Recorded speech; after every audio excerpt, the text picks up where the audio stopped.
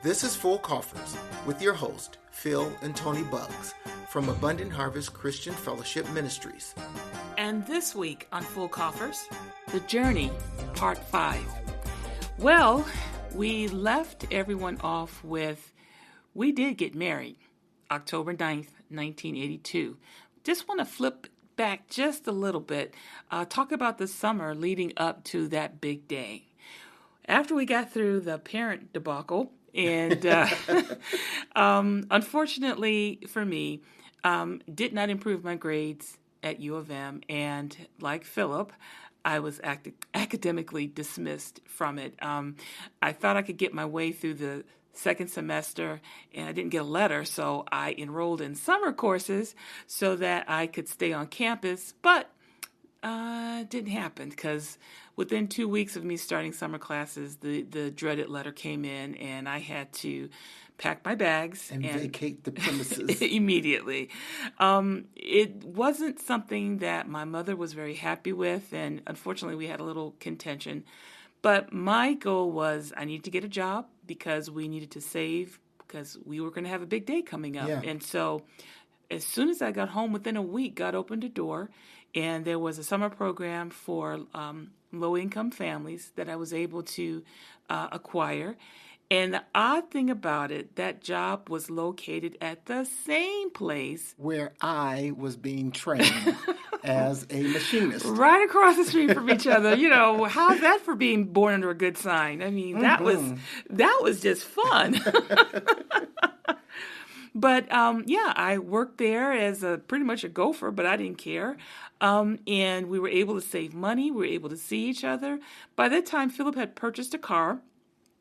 It was a 1973 Ford Montego. New Mercury. Oh, yeah. Montego. Actually, during that time as well, this is during the winter months, I had started acquiring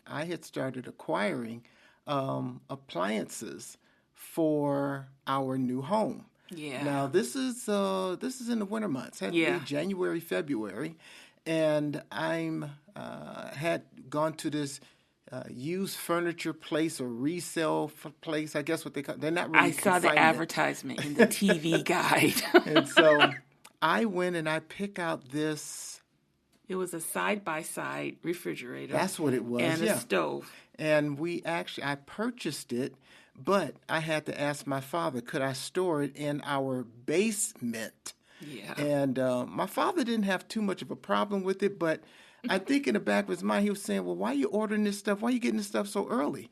Well, Toni and I are always planners, and when we see something, we go ahead and go after it. So my thing was, we're getting married in October. It was a good deal. I'll go ahead and purchase it now and just store it so that when we get married, we could just move it all out. Yeah. Mm-hmm. Of course, I was 20 years old. I could probably carry a refrigerator underneath one arm and the stove underneath the other. And he did. But I did get it down in the basement. And, of course, I shouldn't say of course. Mom was still getting comfortable with us getting married soon. And she would say things like, I want that stuff out of the way. I don't want it cluttering up my basement. You know, and while I say these things, I know my mother loved me. It was just her way of trying to deal with changes that was happening in her life. I mean, she was losing one of her children in her mind. Yeah. And I can only speculate, but I can only imagine as a parent myself, my children are saying, we want to start our own lives, and she's having a problem, or she's working through adjusting to this change in life. And the odd thing about it is Philip is the third of six. So, you kind of think maybe the oldest would kind of go first, but that was that time period. Philip kind of stepped out of line a little bit. So again, it was about accepting change. I mean, it came kind of unexpectedly. So as a mother now, I get it. I do get it. So hopefully we will be a little better with our kids will. Like, hurry up and get married, please. Anywho, but that summer was really it was great Yeah, it because was. we would each work, during the day, or he would be in training at work, Right. and he also worked at Kmart, so he was working a second job. The nights that he didn't have to work at Kmart, we would go and do wedding things. I remember going to Creative or Creation Flowers, Oh, I yeah, think that's is what right. To it. pick out our flowers Yeah, for so that. we Yeah, picked out yeah, that's flowers and we right. picked That's out right. rings, and Yep. it was just a wonderful summer. And we went downtown to the Renaissance Yeah. to take our wedding invitation Yeah, pictures. yeah. We were Yeah. thinking we were fancy smancy. We had invitations with our pictures on it, so we took pictures. Ooh, But it was just a marvelous it summer. was. The only thing that was a little challenging was, again, not sounding like a broken record, all of the parents were Yeah. having a difficult time adapting or accepting the inevitable. When Philip and I had told both our parents that we were getting married, we weren't doing it because we were rebellious or anything. Honestly, God paved the way for us to do this. I mean, everything that we were doing in terms of preparation, it was like slicing butter. I Yeah. mean, it Yeah. was just so It smooth. was falling together. And Tony and I, we knew our financial situation. So we had always intended to keep it very simple. Right. I think, and we talked about what we would have at the wedding reception Yeah. in the basement of the church. Cake It and was just punch. a Get cake up and out of there, punch. man. That was the way we were thinking. Even our invitations, they were very frugal. Yeah. Yeah. And we only ordered, I think 200, I think it was. Yeah, it Yeah, started out at 200, right, and right. my mother, I think both parents ordered a different set, but we'll get to that in a second. Uh-huh. But our wedding rings, they were solid gold bands. We had to put them in layaway because they were like $162 each. Each. Yeah. Ooh. I'm still wearing mine. I know. So everything we did, even though we were young, but everything we did was in moderation. We knew our limitations because let's face it, we had to get a place to stay. That's right. We had to have rent. I mean, it was a lot, and making $4 an hour. I mean, it was just back then. Yeah. It was going to be a challenge, but again, God opened so many doors, and probably I would say by August, I think it finally hit our parents. These idiots are getting ready to get married. In 2 months, Yeah. because by that time, they really were holding back. And I say it like that, not, I guess, being in their brains, but I didn't see a lot of forward movement with them helping us Yeah. with anything. I think that they held back. I tipped my hand. It seemed as if no one got on board until I think it was a late summer when they Yeah. recognized I had actually gotten a Yeah, you had place. graduated from the I graduated program. from the program, and I actually moved into a two-family flat, which happened to be Right next door to my house. It was actually someone at our church who owned property, and he knew we were getting married, and he rented a upstairs two-family flat. We rented from him, but to the point, our parents started to see that we were serious, and with or without them, we were going to get married. Yeah, it wasn't no going back. Well, Mom and Dad, can I have some money to do this? Oh, no. If we Oh, couldn't no. buy it ourselves, We then did Tony without. and Philip wasn't going to get it. Exactly right. Yeah. And again, it wasn't out of spite. It was just that Tony and I decided to start a life with each other, with whatever it was we had. And we were going to make it. That's right. That was just determination. We had a lot of support from the church. A lot of our friends were, of course, Yeah. on board. Yeah. And it really came together. So in August, when you graduated from the program, our parents decided, okay, these kids are going to do it. And they had a change of heart. And I thank God for that because we really wanted them to be a part of this day. We didn't want any contention or anything like that. So I know the Lord probably worked on all of the parents, and they just came through. Your parents were wonderful in terms of they got a vacuum cleaner for us. They paid for our cake. We put a deposit down, and they paid for the balance of the cake. We didn't even know that. No, my mother had gotten an income tax return that she had been saving, and she and your mom talked to some of the ladies of the church, and they bought turkeys and ham. So it went from cake and punch to Thanksgiving dinner, basically. It really was. That's what it was. Yeah. And it changed from the basement of our church to downtown. My sister took music lessons, and they had a really, really beautiful hall that they would have recitals, and it was just perfect. It really was. So we rented some tables and chairs, and we set them up. But everything was just again falling into place when our parents finally got on board. And again, I don't say finally as in they should have been all the way. I understand they had to go. It was a process that they had to go through. And again, the beauty of it, God just touched everyone, and the women of the church, the mothers of the church, they each took a ham and a turkey and they cooked it. Your mother made oodles of rolls, handmade rolls, Parker homemade. House yeast rolls by hand. I mean, stuffing and turkey, and they all got together and they did that for us because let's face it, we were one of their own. Yeah, that's true. And we were preparing for this great day. Now we purchased initially 200 invitations. Each of the families requested a little bit more, so probably about 250 went out. Okay, fast forward to October 9th. And yes. Yeah. Hold on. Go ahead. I have to give the parameters of the size of the church. Okay. 12th Street Missionary Baptist Church in 12th and Midland. Probably its sanctuary, there was a main floor, 3 sections, and then a balcony. I'm assuming that full packed, maybe 200? No, I think it's a little bit more. 250? 250 to 300, yeah. 250 to 300, fully packed. Right. And this is October 9th. Weather's not too. It wasn't hot at all, no, but it wasn't too cold either. It was a really nice Saturday fall day in Detroit. Toni got there, now the size of the church. How do we want to just go right into in terms of just really quickly. Toni got to the church and I was there, and I was in upstairs, but in the room, and there were people coming in, but I had no idea that when they opened that door and I came out in front of the church, it was wall to wall people. I had no clue that people showed up. I mean, it was standing room only. Toni, I'd imagine at least had to be 350 to 400 people. I think so. They packed that place for us. And so that was awesome.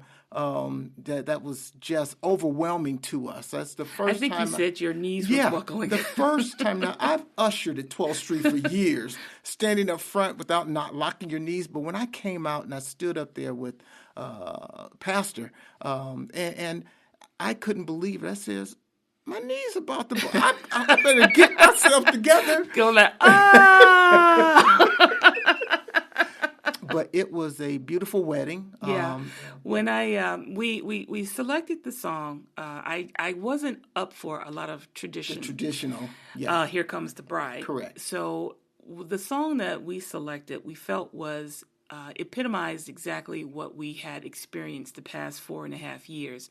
And that song was by Lionel Richie and Diana Ross, Endless Love. Endless Love, correct. And it really, again, it hit home to our true feelings about each other. And my father and I, although our relationship was still rocky, he did walk me down the aisle. He did. The other beautiful thing was both my parents was present, and my father's parents were present. And that meant so much to me, because let's face it, these people, these men and women had a huge impact in how I turned out in life. So to have all 4 of my grandparents there, that was just a blessing. That's true. And we're talking about from Alabama and from New York. Exactly. Yep. Exactly. So it couldn't have been a more perfect day. And I know I keep saying that, but that's how I felt. But my father and I came in on the second verse of Endless Love. And normally the church is supposed to stand when the bride comes down. But I kind of think the pastor that married us, I think he was a little nervous too because there had a lot of people. So he forgot to tell them to stand up, which was pretty good because everybody could see me. But again, we got up there, we said our vows, and afterwards we took the pictures and got to the hall, and we didn't even really eat dinner because we really were didn't. just, No. I mean, looking at it almost, I don't know, 30, how many years we've been married? Easy. I'm sorry. It's coming up on 38. 38 years. Yeah, 38 years. Yeah, and as much as I want to remember that day, a lot of it I don't remember, particularly the reception. Agreed, because people were going to the reception, and we were still touring the neighborhood honking horns. Yeah. That's true, but when we got down there, it was almost a scene out of Coming to America because people that were eating, they had already started eating when we were there, and there was so much food. And this really is a testament to how we live our lives too. We actually were feeding people off the street. Off the street. They were coming in and getting full plates. Yeah, that was the 2 fish and 5 loaves story. That's for sure. So I know we had at least 350 at the church, and we fed at least that many more. Yeah. Now, mind you, no one paid a dime. Unlike weddings, obviously, today where you count heads and 30-something, no one paid for anything that ate. And I think that was great. And I think secondly, and again, we were, I keep saying this word, poor kids, but we didn't have much. No. But the money that the church gave us to start our wedding, I had never seen that much money given to a couple. Of course, I didn't have many. We're talking $500, okay? That was a lot of money. Back in 1982, yes. Yes, we had no clue. But the gifts, the wedding gifts, 2 full cars of gifts. Again, it was the perfect day. And when I look back on all the challenges that we had dating, even though we were kids, we didn't really go into anything perilous or anything, but to us at that time, but all the times that we had, the challenges, the stress, the tension, the arguments, the breaking ups, the getting back together, the do you love me? All of that came together in one day. In that one day. And it couldn't have been any better. And we were able to stay at a hotel downtown just for the weekend. It was the Renaissance Center, and it was still relatively new. Yeah, it really was. And we stayed in the honeymoon suite, and we just had the best time. And one of the things that Philip said on our wedding night and this is definitely G material, but when everybody left and our friends came up to the room and had champagne or whatever it was, and they left, and it was just Toni and I in the room, and it's like everything got quiet for a moment, and then I said, "Guess what?" And she said, "What?" I said, "I don't have to take you home tonight." That's right. No more curfews, no more breaking again. Speed limits trying to get home. Literally, we were home. We were home. And that was just wonderful. And that's amazing. That was over 38 years ago. Yeah. And I still, and I'm not just saying this, but I still feel that way now. Now, I'm if I say I'm human, we went through ups and downs. We have changed over these 38 years. But that has been something consistent that I have felt about Toni since the day I met her, is that I love Toni. And that makes the biggest difference. I know there are folks out there possibly contemplating marriage, and we're talking almost 40 years ago. True. But I still believe that human behavior does not change. It doesn't. People are looking for love. They're looking for acceptance. They're looking for that, I don't want to say soulmate, that's kind of corny, but they're looking for that partner in life that understands each other when we're not in our best moods, that will love us even though we probably don't deserve to be loved, overlook a lot of our faults, care for us when we're sick. People are still looking for that. I really don't care what they say. they're looking for that. That's And true. we, in our story, are going to touch on a lot of different things in relationships and in our marriage. Some good, some not so good. But at the end of the day, we know, number one, we love God first. When we stood on that platform almost 40 years ago, we made a vow not to each other. Not just. We made a vow to God. Exactly. And Yep. we said to God, we promised we would stay together through the good times, through the bad times, through sickness and health, for richer or poorer. We promised God. And Yeah. Philip and I both, our relationship with Christ comes before our relationship with each other. Which is why we can make that kind of promise, because our promise is to love God first. Right. He is the glue that holds us together, because he knows us better than we know ourselves. How in the world could a 20-year-old boy know that this 17, soon to be 18-year-old girl would be the wife that he would stay with for this long? There's no way in the world I could know that myself.